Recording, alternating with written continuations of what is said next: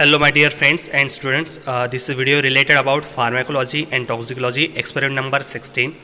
Aim is that effect of strychnine sulfate on voluntary muscle of a frog and which is helpful for T pharmacy second year student. जो भी MSBT का manual है उसमें experiment number 16 है.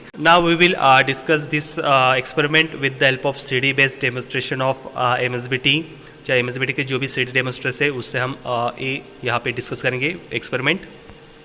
Hello my dear friends and students, this is practical related about pharmacology and toxicology subject of second year D pharmacy students. So aim is that to study the effect of non-metallic environmental toxicants like strychnine on frog. जहाँ जो भी आपको title दिया है आपके manual में, this is practical number 16, जहाँ 16 practical number है आपके मैनुअल में, MSBT के जो भी मैनुअल है उसमें, राइट. जो भी स्ट्रेचनिन का इफेक्ट है फ्रॉग के ऊपर वो क्या होता है, what the effect of strychnine on frog, ये हमें ऑब्जर्व करना है with the help of this CD based demonstration.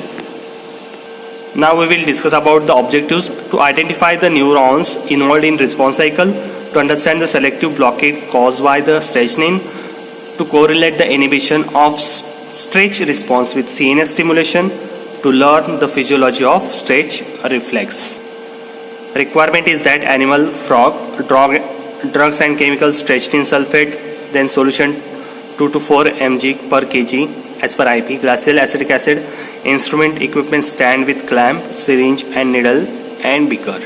Now we will see और discuss the theory behind the experiment. जहाँ आपको कौन सा भी प्रैक्टिकल स्टार्ट करने से पहले उसकी थेरी नोन होनी चाहिए, मालूम होनी चाहिए. So here is that reflex mechanism. आपको यहाँ पे फिगर दिखाई दे रही है, सेंसरी रिसेप्टर है, राइट. सेंसरी रिसेप्टर यानी अपने जो भी सेंसरी ऑर्गन है उससे वो जो रिसेप्टर जो भी रिस्पॉन्स है वो स्पाइनल कॉर्ड तक लेके जाते हैं. और यहाँ पे देख रहे हैं आप मसल सेल यानी कि इफेक्टर न्यूरो जो भी है इफेक्टर सेल्स यानी मोटर न्यूरॉन्स. मोटर न्यूरॉन्स का काम होता है कि सिग्नल जो है स्पाइनल कॉर्ड से जो भी इंफॉर्मेशन रिस्पॉन्स है वो अपने जो भी इफेक्टर सर या मसल है उसको कैरी फॉरवर्ड करना, right.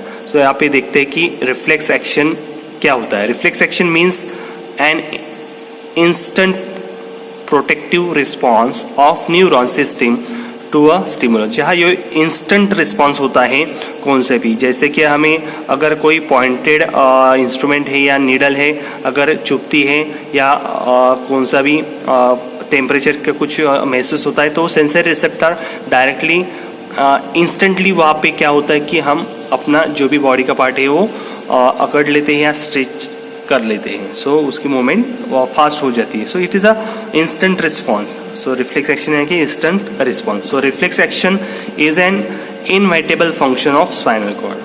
The simplest reflex arc involve in the sensory neuron, connector neurons and motor neurons. आप यहाँ पे देख रहे हैं सेंसर न्यूरॉन, देन बीच में जो है कनेक्टर न्यूरॉन्स हैं एंड कनेक्टर न्यूरॉन्स के बाद जो है मोटर न्यूरॉन्स, राइट. तो और इंटर न्यूरॉन्स जो हैं वो भी एक्चुअली पार्टिसिपेट होते हैं रिस्पॉन्स कैरी फॉरवर्ड करने के लिए. So spinal nerves carry the nerve impulses from spinal cord to the group of voluntary muscle fibre. जहाँ स्पाइनल कॉर्ड जो है जो भी इम्पल्स जनरेटर होते हैं स्पाइनल कॉर्ड में वो ग्रुप ऑफ वॉलंटरी मसल को कैरी फॉरवर्ड किए जाते हैं, right. So when the arc involving sensory neurons, connector neurons, motor neurons is completed, acetylcholine is release at the neuromuscular junction. जहाँ जब सेंसरी न्यूरॉन से connected neuron तक impulses आते हैं, right, motor neurons is completed. जब ये arc complete होता है तो acetylcholine is release at the neuromuscular junction. Neuromuscular junction यानी कि मसल्स एंड न्यूरॉन्स के न्यूरॉन जो एंड है उनके बीच में का जो कॉमन पार्ट रहता है वहाँ ज्वाइनिंग पार्ट रहता है उसे हम न्यूरोमस्कुलर जंक्शन कहते हैं. उस राइट उस जंक्शन में न्यूरॉन एंड प्लस मसल वहाँ पे होते हैं मसल सेल, राइट. सो वहाँ पे एसिटाइलकोलिन जब ये आर्क कंप्लीट होता है लाइक सेंसर न्यूरॉन से कनेक्टेड न्यूरॉन तक और कनेक्टेड न्यूरॉन से मोटर न्यूरॉन तक, जब ये आर्क कंप्लीट होता है तब एसिटाइलकोलिन रिलीज होता है एट द जंक्शन, राइट, यानी कि न्यूरोमस्कुलर जंक्शन में. So as a result of contraction of group of voluntary muscle fibre occur. So इससे क्या होता है कि एसिटाइलकोलिन सीक्रेट होने के बाद वॉलंटरी मसल फाइबर जो है वो कॉन्ट्रैक्ट होते हैं. सो एसिटाइलकोलिन क्या करता है कि वो मसल को कॉन्ट्रैक्ट कर देता है. So at the same time another arc is completed in between sensory neurons, interneurons and motor neuron. Right. ये जो एक्टिविटी होती है कि एसिटिलकोलिन सिक्रेट होता है न्यूरोमस्कुलर जंक्शन में और कॉन्ट्रैक्शन होता है ग्रुप ऑफ वॉलंटरी मसल, जो भी वॉलंटरी मसल वो कॉन्ट्रैक्ट हो जाते हैं, तो उसी वक्त दूसरा जो आर्क है तो वो कंप्लीट होता है। जैसे कि another arc is that sensory neurons, inter neurons and motor neurons.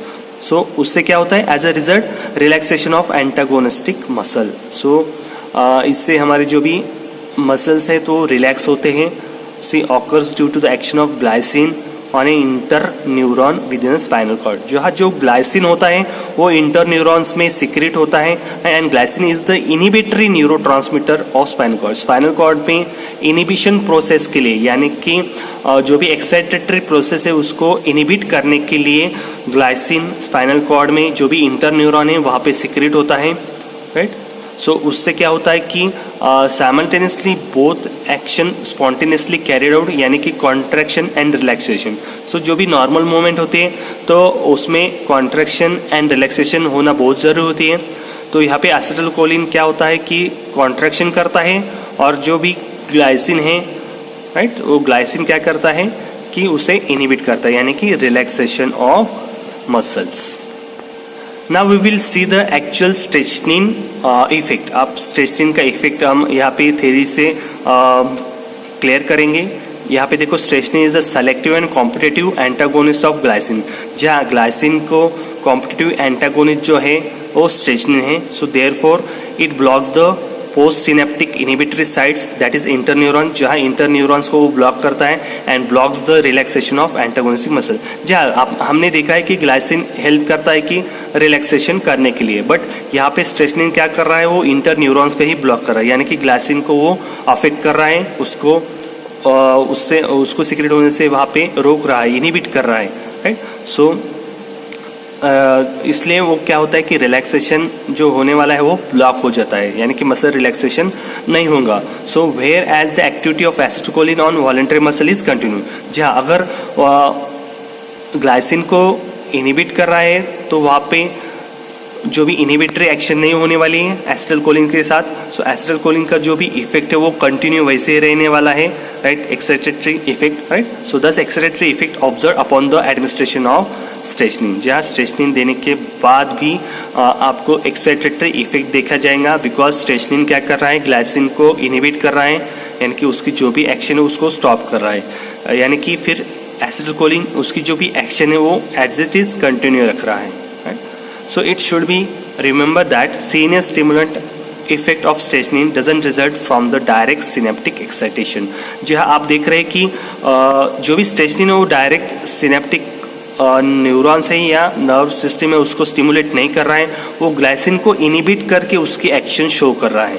So but it is by the selective blockade by the inhibition. जहाँ हमने अभी डिस्कस किया कि वो यहाँ पे आप देख रहे हैं कि डायग्राम में दिखाई दे रहा है कि जो भी ग्लाइसिन है वो इनिबिटेड बाय स्ट्रेचनिन। स्ट्रेचनिन से वो जो इंटरन्यूरॉन में ग्लाइसिन सिक्रेट होने वाला था वो स्ट्रेचनिन से इनिबिट हो गए हैं, राइट। तो आप देख रहे हैं यहाँ पे अगर कोई हथौड़ी जैसी चीज़ हमें नी पे बम्बार्ड किए जाएँ, राइट, मार दिए जाएँ, तो उसका जो भी इफेक्ट है लाइक एसिटिलकोलिन क्या कर रहा है कि सिक्रेट हो रहा है वहाँ पे, राइट। तो वो कंटिन्यू एक्शन जो है उसकी, तो ग्लाइसिन के बाद वो क्या होने वाला है कि रिलैक्स होने वाले हैं मसल जो है एंटागोनिस्ट मसल रिलैक्स होने। बट यहाँ पे स्ट्रेचनिन देने के बाद ग्लाइसिन उसकी एक्शन शो नहीं करें क्योंकि वो इनिबिट हो रहा है स्ट्रेचनिन से, राइट। सो जो भी मसल है वो रिलैक्स नहीं होने वाले, एज इट इज जो भी एसिटिलकोलिन का इफेक्ट है वो कंटिन्यू होने वाला है, right.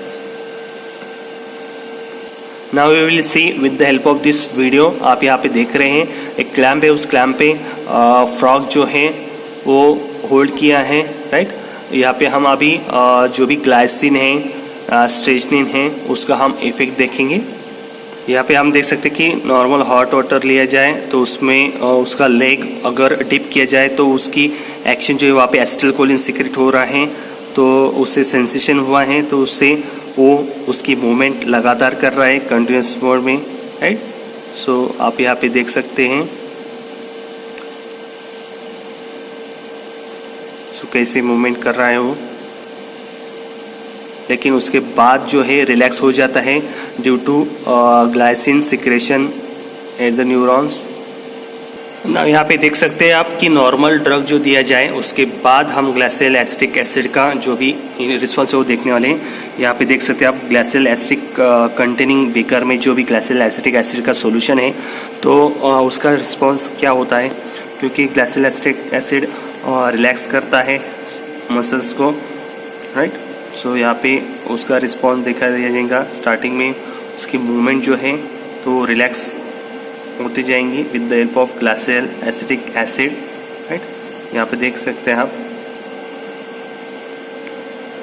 So slowly its relax its leg movement,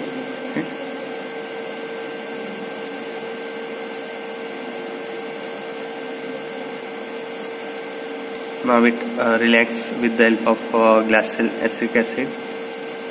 So effect of straining on frog for any movement alternate contraction and relaxation of voluntary muscle is must। यहाँ पे अगर स्ट्रेचनिंग का इफेक्ट देना है कि जो भी फ्रॉग पे होता है तो अल्टरनेट मूवमेंट वो जरूरी होती है, relaxation of voluntary muscle, contraction and relaxation of voluntary muscles.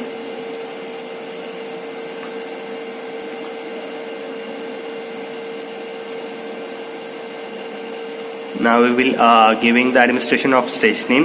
स्ट्रेचनिन हम दे रहे हैं, तो स्ट्रेचनिन देने के बाद जो ग्लाइसिन की एक्टिविटी है रिलैक्स करने की वो ख़त्म हो जाएंगी, यानी कि इनहिबिट हो जाएंगी। जैसे जैसे डोज बढ़ाए जाएंगे स्ट्रेचनिन का, स्ट्रेचनिन सल्फेट का, तो उसकी जो भी मूवमेंट है तो वो slow, decrease and then no movement, right.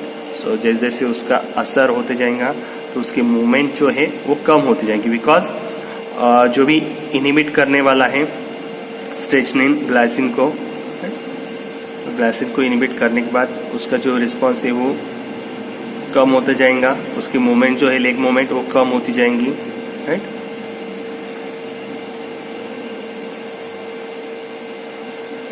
So again we are taking the glacial acetic acid. So आप यहाँ पे देख रहे हैं स्ट्रेचनिन देने के बाद जो भी उसका इफेक्ट है वो इनहिबिट कर रहा है, ग्लाइसिन का इफेक्ट जो है तो उस पर कोई भी असर नहीं हो रहा है। सो यहाँ से प्रूव हो जाता है कि यहाँ से जो हमारा एम है वो क्लियर हो जाता है कि स्ट्रेचनिन जो है इनहिबिटरी एक्शन दिखाता है, यानी ग्लाइसिन को इनहिबिट कर देता है एक्शन को। So stretching sulfate has stimulated the spinal cord by producing the excitatory effect on voluntary muscle of abdomen and leg, causing a state of permanent contraction. So permanent contraction होता है, right? Relaxation नहीं होने देता, because glycine जो है वो relax करता है मसल्स को, बट ग्लाइसिन को इनहिबिट करने के बाद तो उसे वो रिलैक्स नहीं होने देता। So strychnine sulphate is seen as stimulant. So inhibitory directly वो इनहिबिट नहीं करता है, स्ट्रेचनिन सीनेस को स्टिमुलेट नहीं करता, with the help of inhibiting the glycine, glycine को इनहिबिट करने के बाद उसको वो असर है जो वो मिलता है। Now here is that graph और टेबल, ऑब्जर्वेशन टेबल जो है यहाँ पे देख रहे हैं आप कि glacial acetic acid stretching of the legs, right. Then strychnine sulphate लिया 1 और with the help of glacial acetic acid stretching of the leg in upward direction but slow relaxation. वहाँ पे स्लो रिलैक्सेशन हो रहा है क्योंकि स्ट्रेचनिन का जो असर है वो शुरू हो गया था, क्योंकि वो ग्लाइसिल एसिड को इनहिबिट कर रहा था। Then strychnine sulphate plus glacial acid slow leg movement, right. जो लेग मूवमेंट है वो स्लो हो गई क्योंकि वहाँ पे डोज बढ़ा गया है स्ट्रेचनिन का। अगर 0.3 ml दिया जाए तो further decrease in leg movement, also 0.4 अगर बढ़ाया जाए कॉन्सेंट्रेशन तो नो लेग मूवमेंट और stretching of the leg in inhibited. So यहाँ पे देख सकते हैं कि स्ट्रेचनिंग जो है रिलैक्सेशन होने का जो भी असर है ग्लाइसिल एसिड का, with the help of inhibiting the strychnine sulphate, strychnine inhibit कर रहा है सीएनएस को स्टिमुलेट करके, राइट। सो यहाँ पे आप देख सकते हैं with the help of this observation table our aim is successfully done with this experiment. My dear friends, just we discuss about the practical number 16. So subscribe it and like it and comment it, ताकि subscribe इसलिए करना है क्योंकि जो भी maximum student जो है second year के उनको उसकी हेल्प हो सके, इस वीडियो से उसका मैनुअल जो है वो कंप्लीट कर सके, इन्फॉर्मेशन मिल सके एक्सपेरिमेंट के बारे में। It is helpful for MSBT practical exam. So thank you one and all for inspiring me for making this video, and thank you for inspiring me to making this video. Thank you one and all.